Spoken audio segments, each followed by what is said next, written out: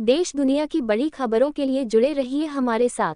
आपका अपना channel Bharat news जेके धन्यवाद। शुभ संध्या दोस्तों, अभी जम्मू कश्मीर और गाजा पट्टी से बड़ी खबर आ रही है। गाजा में युद्ध, इजरायल के लिए कोई स्पष्ट रास्ता नहीं, पूर्व राजनयिक अरुण सिंह कहते हैं।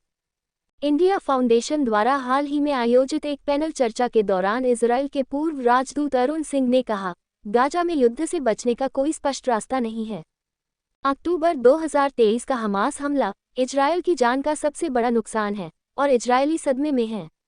इजरायल की प्रतिरोधक क्षमता नष्ट हो गई है और इसे बहाल करने की जरूरत है। सिंह कहते हैं कि इसमें कोई संदेह नहीं होना चाहिए कि इजरायली समाज फिलिस्तीनियों के खिलाफ प्रधानमंत्री नेतन्याहू की रणनीति का समर्थन करता है, लेकिन मुद्दा ये भी है कि उनका उद्देश्य प्राप्य नहीं है। हमास को कुचला नहीं जा सकता है। अमेरिका ने अफगानिस्तान में ऐसा करने की कोशिश की, लेकिन अंततः तालिबान की जगह तालिबान ही ले आया। लेबनान में हिजबुल्लाह के मुकाबले इजरायल को भी गंभीर स्थिति का सामना करना पड़ रहा है। इसके पास 150,000 रॉकेटों का अनुमानित शस्त्रागार है, जिससे तेल अवीव को अपने अधिकांश लोगों को उस देश की सीमा से लगी बस्तियों से निकालने के लिए मजबूर होना पड़ा। इजरायल कब कहेगा कि उसने गाजा में युद्ध खत्म कर दिया है, कहना मुश्किल है। क्या इजरायल को पता है? इसकी संभावना नहीं है, सिंह का मानना है। ये भी स्पष्ट है कि हमास गाजा की राजनीतिक संरचनाओं में वापस नहीं लौट सकता। इजरायल इसकी अनुमति नहीं देगा। न ही इजरायल गाजा पर कब्जा कर सकता है। उस मामले में फिलिस्तीनी प्राधिकरण भी इजरायल के लिए अस्वीकार्य होगा।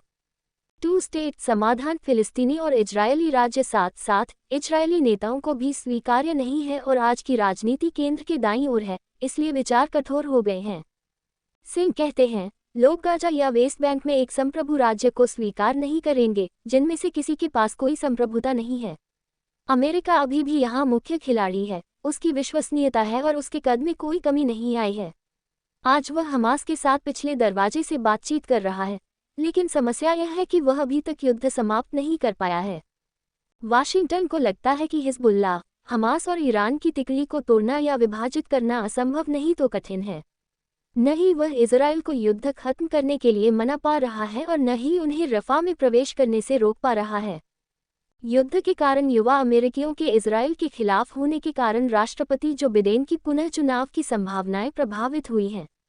कई लोग गाजा में नागरिकों की भारी मौत के बावजूद इजरायल को अमेरिका के जारी समर्थन पर सवाल उठा रहे हैं। भारतीय सेना जम्मू कश्मीर पुलिस झड़प, 3 लेफ्टिनेंट कर्नल समेत 16 सेना के जवानों के खिलाफ मामला दर्ज। कुपवाड़ा पुलिस स्टेशन में पुलिसकर्मियों पर हमला करने के आरोप में जम्मू कश्मीर पुलिस ने 3 अधिकारियों सहित 16 सैन्यकर्मियों के खिलाफ मामला दर्ज किया था। आधिकारिक सूत्रों ने एनडीटीवी को बताया कि झड़प के दौरान स्टेशन हाउस ऑफिसर समेत 5 पुलिसकर्मी घायल हो गए। पुलिस और सेना के जवानों के बीच झड़प का एक वीडियो अब सोशल मीडिया पर वायरल हो रहा है। वीडियो में जवान मंगलवार देर रात कुपवाड़ा पुलिस स्टेशन के अंदर हंगामा करते दिख रहे हैं। जैसे जैसे वीडियो आगे बढ़ता है, ये भी पता चलता है कि लड़ाई 2 समूहों के बीच हुई थी। कुपवाड़ा में भारतीय सेना और जम्मू कश्मीर पुलिस के बीच झड़प।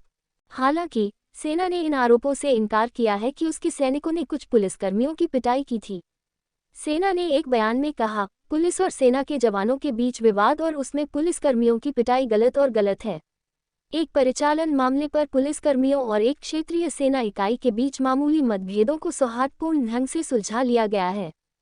एफआईआर के मुताबिक इसमें 3 लेफ्टिनेंट कर्नल अधिकारियों समेत 16 जवानों के नाम थे। उन पर दंगा करने, हत्या के प्रयास और पुलिस स्टेशन में पुलिसकर्मियों के अपहरण के आरोप में मामला दर्ज किया गया है। अखनूर में बस खाई में गिरी, कम से कम 21 मरे, 47 घायल, पीएम मोदी ने जताया शोक। खन्नूर, एक बड़े हादसे में अखनूर इलाके में जम्मू पुंछ राजमार्ग पर टांडा मोड़ पर एक बस के गहरी खाई में गिर जाने से कम 21 लोगों की जान चली गई और लगभग 47 लोग घायल हो गए। हालिया रिपोर्ट के अनुसार, न्यूज 18 की एक रिपोर्ट के अनुसार, बस उत्तर प्रदेश के हाथरस से आ रही थी और घायलों को अखनूर अस्पताल में स्थानांतरित कर दिया गया है। अधिकारियों ने बताया कि दुर्घटना जिले के चौकी चौरा इलाके में तुंगी मोड़ पर हुई। उन्होंने बताया कि बस लगभग 150 फीट नीचे खाई में लुढ़क गई। एक पुलिस प्रवक्ता ने कहा कि दोपहर करीब 12:35 बजे पंजीकरण संख्या यूपी 81CT 4058 वाली बस खाई में गिर गई, जिसमें 21 यात्रियों की मौत हो गई और 47 घायल हो गए। बस हरियाणा के कुरुक्षेत्र से श्रद्धालुओं को लेकर शिव की ओर जा रही थी। जम्मू कश्मीर के रियासी जिले के पौनी इलाके में खोरी इसने अपनी यात्रा उत्तर प्रदेश से शुरू की थी। घायल यात्रियों ने कहा कि दुर्घटना तब हुई जब चालक एक अंधे मोड़ पर जा रहा था और एक तेज रफ्तार कार विपरीत दिशा से आ रही थी। जम्मू डीएम ने जारी किए हेल्पलाइन नंबर। अस्पताल के प्रिंसिपल डॉक्टर आशुतोष गुप्ता ने कहा, 36 से अधिक यात्रियों को जीएमसी अस्पताल लाया गया है। उनमें से 6 की हालत गंभीर है। मरीजों को समय पर इलाज दिया जा रहा है। उपायुक्त ने कहा, उत्तर प्रदेश के हाथरस से यात्रियों को ले जा रही एक बस जम्मू में तांडा अखनूर के पास दुर्घटनाग्रस्त हो गई है। पीएमओ ने दुख साझा किया। अखनूर में बस दुर्घटना के कारण लोगों की मौत से दुखी हूं। मेरी संवेदनाएं उन लोगों के साथ हैं जिन्होंने अपने प्रियजनों को खोया है। मैं प्रार्थना करता हूं कि घायल जल्द ठीक हो जाएं। बस दुर्घटना में प्रत्येक मृतक के परिजनों को 2 लाख रुपये दिए जाएंगे। घायलों को 50,000 रुपये दिए जाएंगे। पीएमओ राष्ट्रपति मुर्मू ने अपनी संवेदना व्यक्त की। राष्ट्रपति द्रौपदी मुर्मू ने गुरुवार को बस दुर्घटना में जान गंवाने वाले लोगों के परिवारों के साथ अपनी संवेदना व्यक्त की। एक्स से बात करते हुए उन्होंने कहा, जम्मू के पास अखनूर में एक बस दुर्घटना में जानमाल के नुकसान के बारे में जानकर शब्दों से परे दुख हुआ। शोक संतप्त परिवारों के प्रति मेरी गहरी संवेदना। मैं घायलों के शीघ्र स्वस्थ होने की कामना करती हूँ। कांग्रेस के राष्ट्रीय अध्यक्ष मल्लिकार्जुन ने जताया दुख। कांग्रेस के राष्ट्रीय अध्यक्ष मल्लिकार्जुन खड़गे ने ट्वीट किया, जम्मू कश्मीर के अखनूर में हुई भयानक बस दुर्घटना से बेहद दुखी हूँ, जहां कम से कम 21 लोगों की जान चली गई और कई लोग घायल हो गए। पीड़ितों के परिवारों के प्रति हमारी हार्दिक संवेदना। हम आग्रह करते हैं प्रशासन घायलों को तत्काल चिकित्सा राहत प्रदान करे और पीड़ितों को पर्याप्त मुआवजा दे। दुख की इस घड़ी में कांग्रेस कार्यकर्ताओं को हर संभव मदद करनी चाहिए। एजेंसियों से इनपुट के साथ ऐसी देश और दुनिया की खबर देखने के लिए हमारे YouTube चैनल को सब्सक्राइब कीजिए और Facebook चैनल को फॉलो कीजिए। कमेंट, लाइक, शेयर करना ना भूलें। शुक्रिया, थैंक यू, धन्यवाद।